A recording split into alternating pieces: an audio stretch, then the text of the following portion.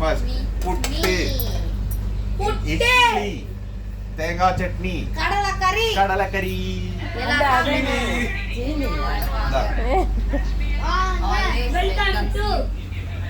தாத்தா வீடியோஸ் சாப்பிட்டு விளையாடுவோம் அவ்வளவுதான் ஆஃப் பண்ணிக்கோங்க அவன்கிட்ட சொல்லி 2-3 ஆஃப் பண்ணுங்க புட்டு தான் ஸ்டார்டிங் புட்டு கடலைக்கறி தான் இன்னைக்கு புட்டு கடலைக்கறி தான் கடலைக்கறி பாஸ் பண்ணி விடுவீங்க இட்லி